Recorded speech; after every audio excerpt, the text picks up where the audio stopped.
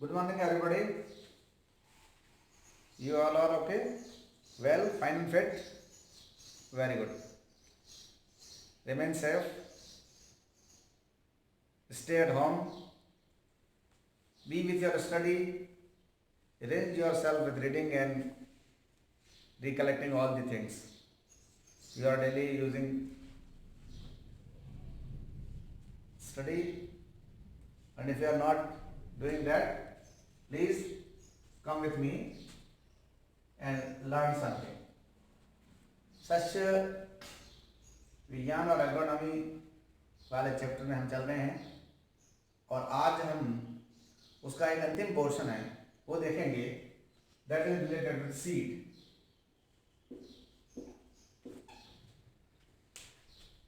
बीज से संबंधित बात है।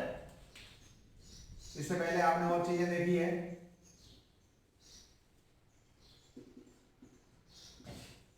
मैं यदि रिकैप करूं तो आपको याद होगा कि फर्स्ट डे हम लोगों ने सिलेबस का इंट्रोडक्शन किया था। सेकंड डे हम लोगों ने एग्रोनॉमी के बारे में, उसके उद्देश्यों के बारे में, उसके स्कोप के बारे में ये बातें सुनी थी। फिर हमने उत्पादन, उर्वरकता और उत्पादकता इसके बारे में बात करी थी।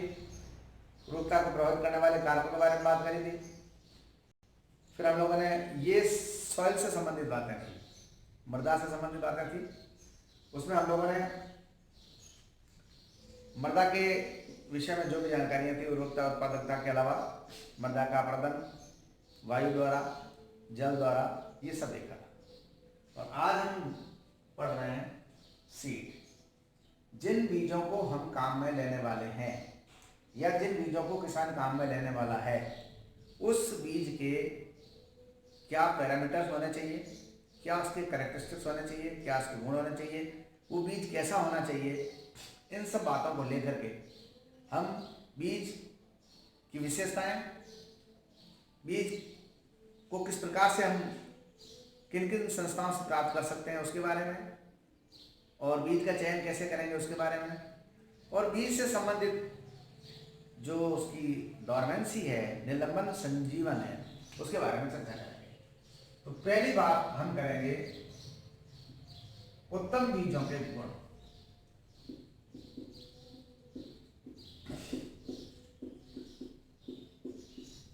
जो बीज आप काम में लेना चाहते हैं या जो किसान काम में लेना चाहता है,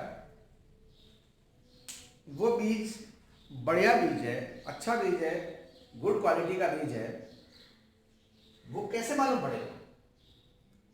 इसके लिए मैं आपको कुछ बिंदु बता रहा हूं एक एक करके। पहली बात है वो है आनुवांशिक शुद्धता।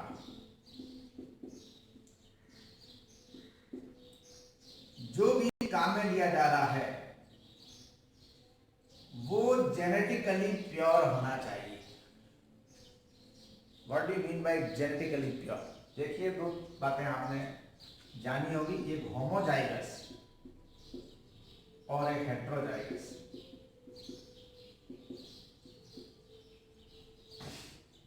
बीज जो है सम युग्मकी शुद्ध होना चाहिए। ये है विषम युग्मकी। विषम युग्मकी बीज की तुलना में यदि सम युग्मकी बीज है और वो शुद्ध है, प्योर है, वो बीज ज्यादा महत्वपूर्ण है। इसलिए हम जो उत्तम बीज ले रहे हैं वो आनुवंशिक रूप से शुद्ध होना चाहिए। उसका आकार, उसका रंग, उसका जो हम चयन करते हैं वो भी हमारे को देख करके बड़ा होना चाहिए, चमकीला होना चाहिए, उसमें चमक होनी चाहिए। ये सारे गुण आनुवंशिक रूप से शुद्ध बीज के लिए जरूरी है। और इसमें एक बात और भी ये ध्यान रखनी है कि ये बीज समयुग्मकी रूप से शुद्ध होना चाहिए। दूसरी बात, भौतिक शुद्धता। भौतिक शुद्धता में आपको ये देखना है कि जो बीज काम में लिया जा रहा है उसमें किसी प्रकार का कचरा नहीं है, उसमें खरपतवार नहीं है, कंकड़ नहीं है, किसी अन्य जिसका बीज ले रहे हो उसके अलावा कोई दूसरा बीज, जैसे राई ले रहे हो तो उसमें सरसों नहीं होनी चाहिए, है ना। जैसे आप जीरा ले रहे हो उसमें जीरा सही नहीं होनी चाहिए, जैसे आप गेहूं ले रहे हो गेहूं सा नहीं होना चाहिए, मतलब दूसरा कोई भी अन्य प्रकार की उसमें भौतिक अशुद्धताएं नहीं होनी चाहिए। बीज भौतिक रूप से भी शुद्ध चाहिए, not only genetically it is pure, it should be physically pure also. और फिजिकली प्योर ऑल्सो कब होगा, जब उसमें किसी प्रकार का कचरा ना हो, करकट नहीं हो, कंकड़ नहीं हो, पत्थर नहीं हो, ये सारा सारा आपको देखना है। और बीज दिखने में सुडौल भी होना चाहिए, चमकीला होना चाहिए, जैसा आपने उसमें अनुवांशिक गुणों में देखा था, यहाँ भी यही चीज है। और ये श्रिंक भी नहीं होना चाहिए, कुमलाया हुआ या किसी प्रकार से, इस प्रकार से नहीं होना चाहिए, भरा हुआ भी होना चाहिए। तो बीज जो है अनुवांशिक रूप से शुद्ध, भौतिक रूप से शुद्ध होना चाहिए। तीसरा लक्षण हमें जो देखना है उसमें हाइब्रिड विगर भी होनी चाहिए। बीज जो है इसका ईरोज होना चाहिए, आसानी से अंकुरित, यदि इसको बोया जाए तो आसानी से अंकुरित हो जाए, ये आसानी से अंकुरित हो जाए। अन्यथा यह अंकुरण यदि समय पे इसका नहीं होगा या किसी प्रकार के इसमें अंकुरण प्रकार की कोई त्रुटि है तो उस बीज को हम अच्छा बीज या उत्तम बीज नहीं मानेंगे।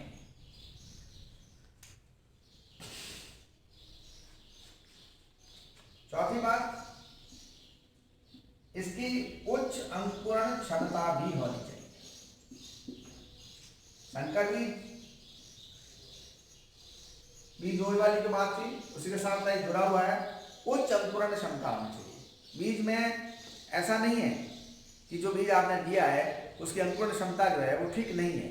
अंकुरण क्षमता यदि ठीक नहीं है तो वो बीज जो आप उगा रहे हो वो या तो समय पे उगेगा, नहीं समय पे नहीं उगेगा, सड़ जाएगा, किसी प्रकार से किसान के लिए हानिकारक। और आपने जो चयन किया है वो आपने सही चयन नहीं किया बीज का, उसके अंकुरण क्षमता को देख करके आपको बीज का चयन करना है। अंकुरण क्षमता इज आल्सो वेरी इंपॉर्टेंट।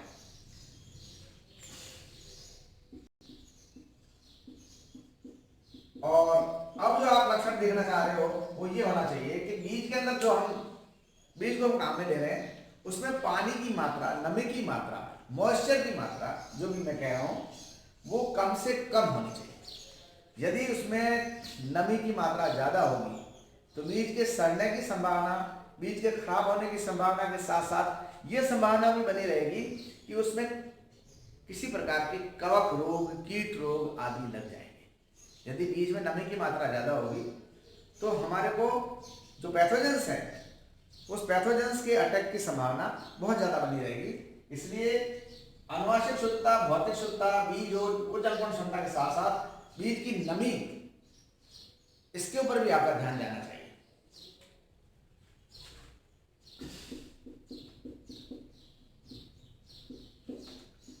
अब आप कम से कम ऐसा बीज काम में लें जो पहले से रोगग्रस्त ना हो।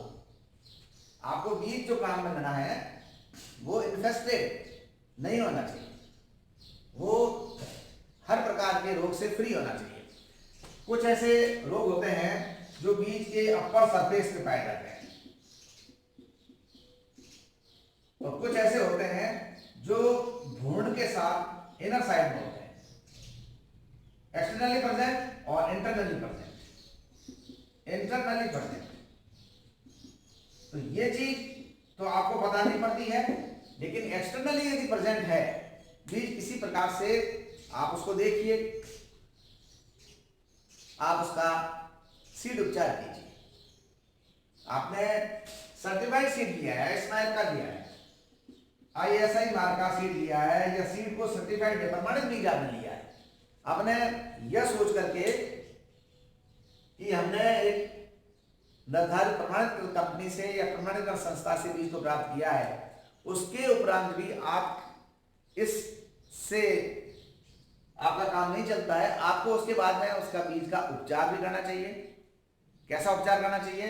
सीड उपचार में आप उसमें उसकी अपर सरफेस पे किसी प्रकार का कोई पैथोजन बैठा है या इंटरनल उसके अंदर कोई पैथोजन बैठा है, इसको सुनिश्चित करने के लिए सीड का उपचार करना चाहिए। मैंक्रोजैब का उपयोग करना चाहिए या क्लोरोक्विन फास्फेट वगैरह जो कुछ भी इसके अंदर ऐसे जो पदार्थ हैं, ऐसे जो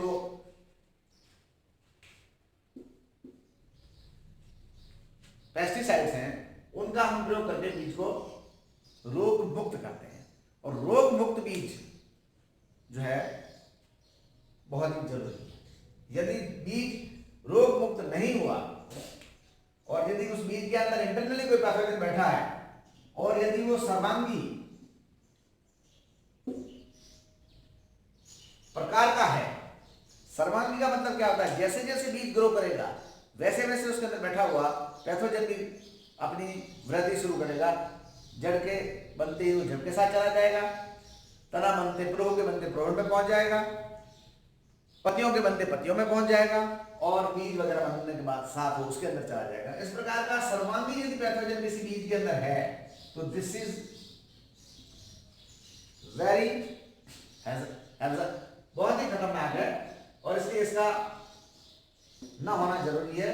बीज का रोग मुक्त होना जरूरी है और बीज जो आपने काम में लिया है उसको बीज उपचार करके इन सारी चीजों को दूर कर लीजिए।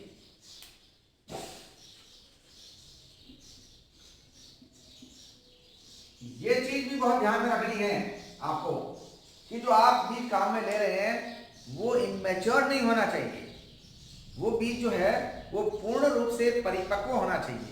उसके अंदर जो भ्रूण है वो भ्रूण है वो अपरिपक्व नहीं होना चाहिए। यदि वो उसमें भ्रूण अपरिपक्व है तो भ्रूण बीज के उगाने पर एक साथ डोरमेंट ही बना रहेगा। वो डोरमेंट बना रहेगा और उसको ग्रो नहीं करेगा या उसके अंदर सक्रियता नहीं दिखाई देगी, एक्टिविटी नहीं दिखाई देगी। इसलिए बीज जो काम में लिया जा रहा है वो परिपक्व होना चाहिए। ये सारा सारा प्रमाणीकरण एक किसान को बीज का चयन करने से पहले करना चाहिए और आपको एक प्रमाणित संस्थाओं से बीजों को लेना चाहिए, अच्छे किस्म के बीज लेना चाहिए। इन सारी बातों को ध्यान में रख करके आप बीज का चयन करेंगे। और अब लास्ट बात है वो है जीवन क्षमता।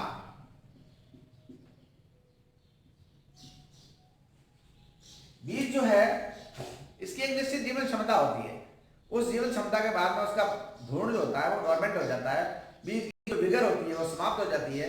उसके बाद बीज उगता नहीं है या बीज उगेगा तो उसका जो एम्ब्रियो होगा वो उसके अंदर जो ग्रोथ होगी वो अच्छी तरह से नहीं होगी। इसलिए बीज की जीवन क्षमता को देखते हुए उसका जो जीवन अवधि है कितने समय तक है ये सारा आपको ध्यान में होना चाहिए।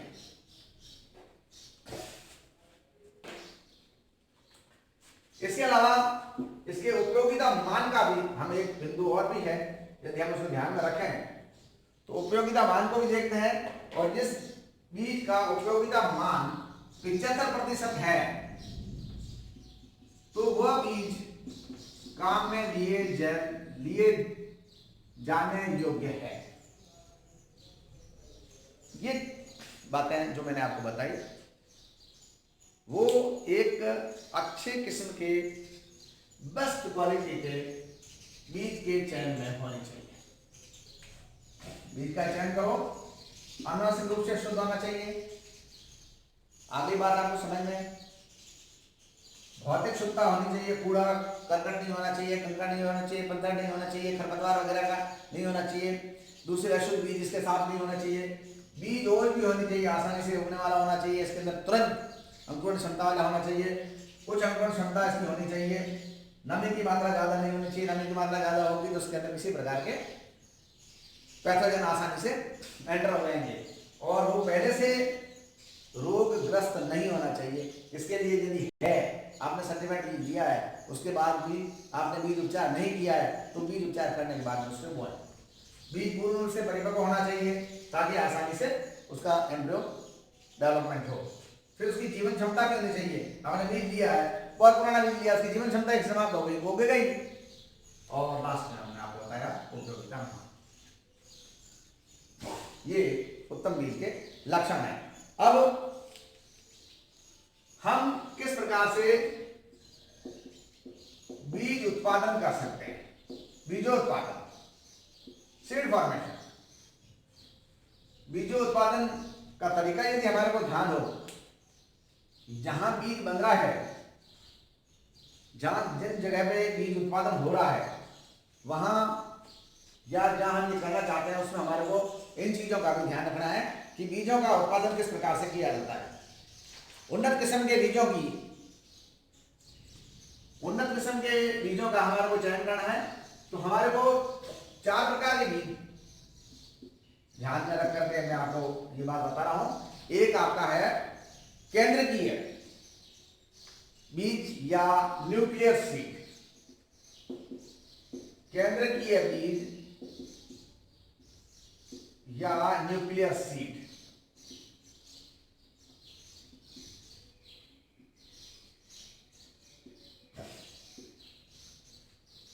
दूसरा है ब्रीडर बीज या प्रजनक बीज। ब्रीडर बीज।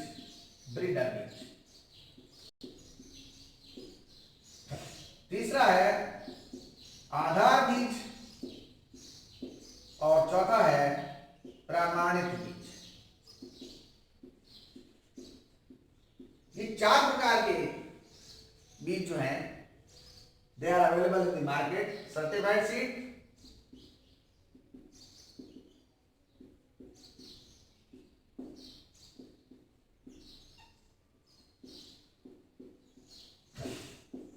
पहला हम बात करें, ये केंद्र के बीज न्यूक्लियर सीड 100% शुद्ध है। यह बीज 100% शुद्ध माना जाता है, 100% शुद्ध माना जाता है। और इसका उत्पादन हम प्रयोगशालाओं में, प्रमाणित संस्थाओं में, और इसका प्रयोग हम प्रतिवर्ष होने वाले जो टेस्ट है उसमें इसको करते हैं। और दूसरा प्रकार का बीज जो है वो ब्रीडर सीड है। इसको हम केंद्रकीय बीज से बनाते हैं और इसको भी हम 100% शुद्ध मानते हैं। इसका निर्माण किससे होता है? यह बीज जो केंद्रकीय बीज है, ये एक प्रकार का आपका वह बीज है जिसको सामान्यतः हम इसको जारी नहीं करते। सामान्यतः किसानों में जारी नहीं होता है केंद्रकीय बीज। केंद्रीय बीज वह बीज है जिससे अन्य बीज बनाए जाते हैं। केंद्रीय बीज से प्रजनक बीज बनाया जाएगा, प्रजनक बीज से आधार बीज बनाया जाएगा, आधार बीज से प्रमाणित बीज बनाया जाएगा। केंद्रीय बीज जो है वो हमारे लिए एक महत्वपूर्ण बीज, हमारा आधार है बीज का। बीज उत्पादन का महत्वपूर्ण आधार केंद्रीय बीज है। तो केंद्रीय की जो जितने भी विश्वविद्यालय है या कृषि फार्म है, उसके अंदर यह बीज हमारे पास एक स्रोत के रूप में पाया जाता है। इस स्रोत के रूप में इसका प्रयोग हम अन्य प्रकार के बीजों के निर्माण में करें। प्रजनक बीज जो है, जैसे कि मैंने आपको बताया, इसका निर्माण हम केंद्र के बीज से करते हैं। और यह इसकी पहचान है, इस पर सुनहरा पीला टैग लगा रहता है। कि जब भी आपको सेल होता है, उसके सुनहरे पीले टैग के आधार पर इसको पहचाना जा सकता है कि प्रजनक बीज है। आधार बीज, यह प्रजनक बीज से तैयार किया जाता है और यह भी 98 से 100% तक ये शुद्ध होता है। 98% तक शुद्ध होता है ये बीज, और इस पर सफेद टैग लगा रहता है। ये सारे ध्यान में रखने हैं आपको, कौन सा टैग किस बीज पे लगा रहता है, कितनी प्रतिशत इनमें शुद्धता है, ये आपको ध्यान रखना है। और प्रमाणित बीज, this is also certified seed जो है इसको कहते हैं। और यह भी किसान द्वारा प्रयोग में लिया जाता है और ये आधार बीज से बनाया जाता है। और इसको भी हम 98% तक शुद्ध मानते हैं। और इसमें नीले रंग का टैग लगा रहता है। तो आपको 4 प्रकार के बीज अवेलेबल हैं। जैसा कि मैंने बताया कि पहले प्रकार का बीज सामान्यतः जारी नहीं किया जाता है, लेकिन दूसरे प्रकार का बीज प्रजनक बीज, आधार बीज और प्रमाणित बीज। अब आपको कौन सा बीज लेना है तीनों बीजों को साथ में लेकर के आप नहीं उगाएंगे। या तो आप प्रजनक बीज लेंगे उसको उगाएंगे, या आधार बीज लेंगे उसको उगाएंगे, या प्रमाणित बीज लेंगे। तीनों ही अपने आप में अच्छे बीज हैं, अच्छी किस्म के बीज हैं, क्योंकि इनको हमने केंद्रीय बीज से तैयार किया है। प्रजनक बीज जो है 100% शुद्ध है, आधार बीज 98% से 100% तक इसकी शुद्धता है, और प्रमाणित बीज जो सर्टिफाइड बीज है वो 98% तक शुद्ध है। और इसलिए हम जो बीज काम में ले रहे हैं उन बीजों में हमारा को ये चयन करना है कि हमारे को किस प्रकार का बीज काम में लेना है, whether you are using breeder seed or certified seed, and this seed is not normally given to the farmers. हाँ भाई, हर्ष हो रहा है कि ये जो 4 प्रकार के बीज बताए गए हैं इसमें सामान्यतः एक सवाल परीक्षा में आता है, पूछा जाता है, कभी ब्रीडर सीट पे आ जाता है, कभी सर्टिफाइड सीट पे आता है, कभी केंद्रीय के बीज पे आता है। एक सवाल परीक्षा में 1 नंबर का सवाल इसमें बनता है। और बीज की शुद्धता नहीं, बीज के जो उत्तम बीज के गुण हैं इसके अंदर भी कोई भी बिंदु है इस पे 1 नंबर का सवाल बन सकता है, या कोई 2-4 बिंदु के आधार पर 2 नंबर के सवाल बनाए जा सकते हैं। अब आपका बीज उत्पादन की किस प्रकार से किया जाता है, ये केंद्र के बीज है, ये प्रजनक बीज है, या आधार बीज है, ये प्रमाणित बीज है, ये तो संस्थान में होते हैं, या कृषि फार्मों में होते हैं, या केंद्रीय विश्वविद्यालय में होते हैं, या केंद्रीय कृषि फार्मों में होते हैं। लेकिन आप यदि इसका उत्पादन करना चाहते हैं तो एक अच्छे बीज का उत्पादन किस प्रकार से किया जा सकता है। सबसे पहले बीज उत्पादन करने में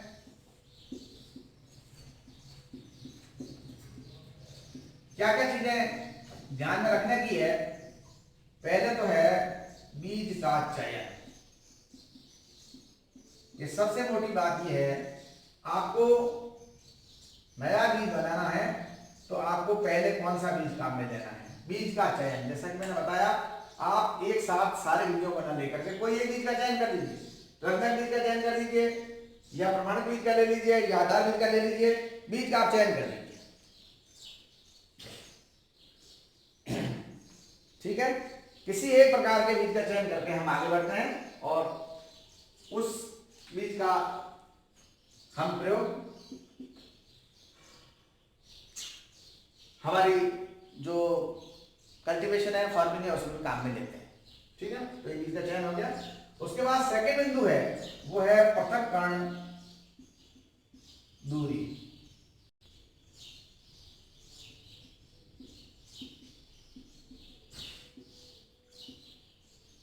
सेपरेशन डिस्टेंस।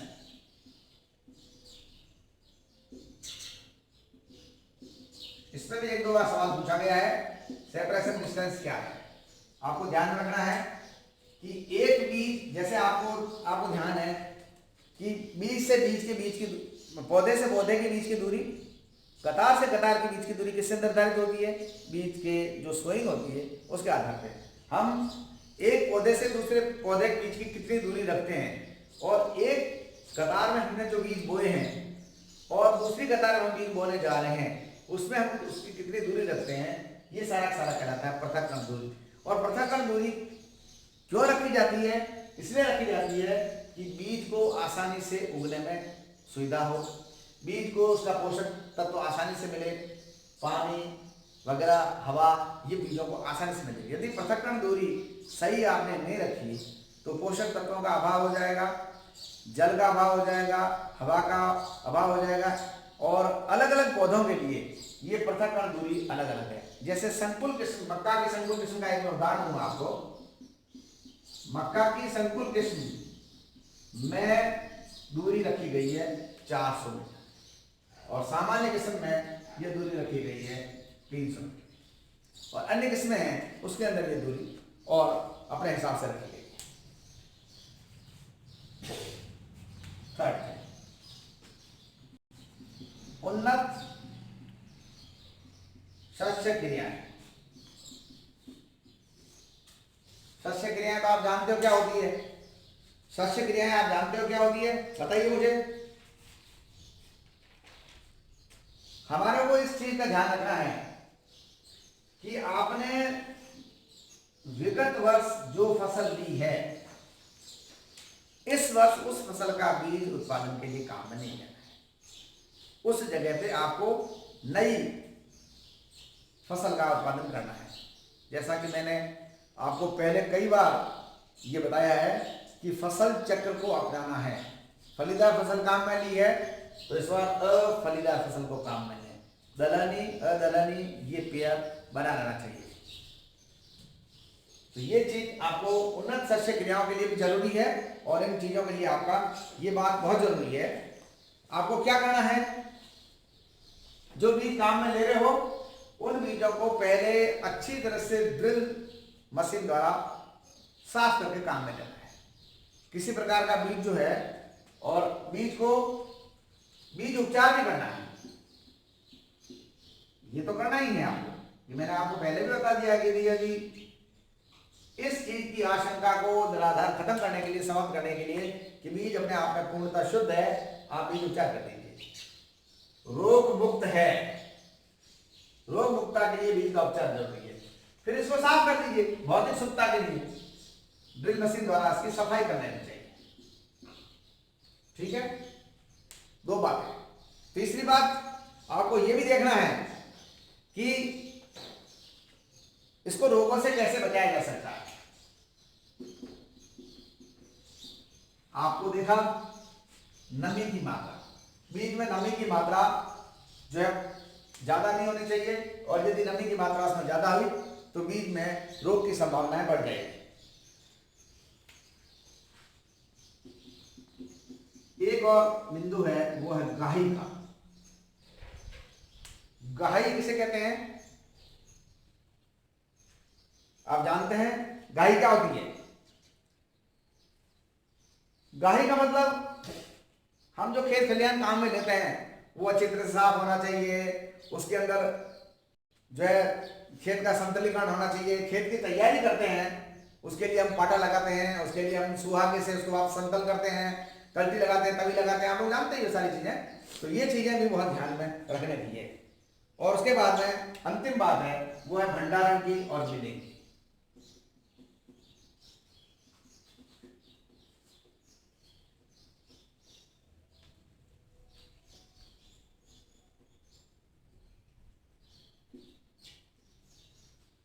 भंडारण मिलिंग में जो आपका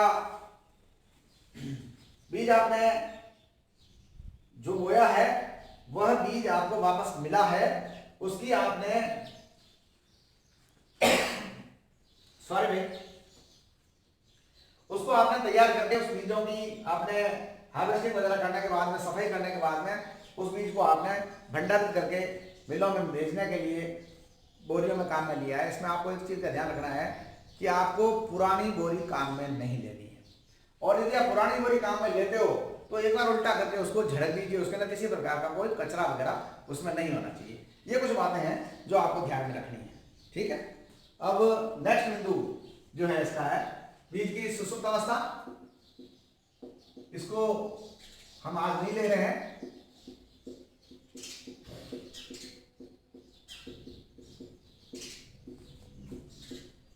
आज मैंने बहुत ही महत्वपूर्ण बातें आपको बताई है। आपने ध्यान दिया होगा कि मैंने बीज क्या है, सॉरी ये चीज मैंने आपको नहीं बताया, हम बीज किसे कहेंगे। ओके, ये चीज रह गई है, मैं इसको वापस बताता हूं कि बीज क्या है। बीज का मतलब होता है किसी भी प्रकार का प्रवर्ध्य, है ना। वो कंद हो, वो शलकंद हो, वो घनकंद हो, वो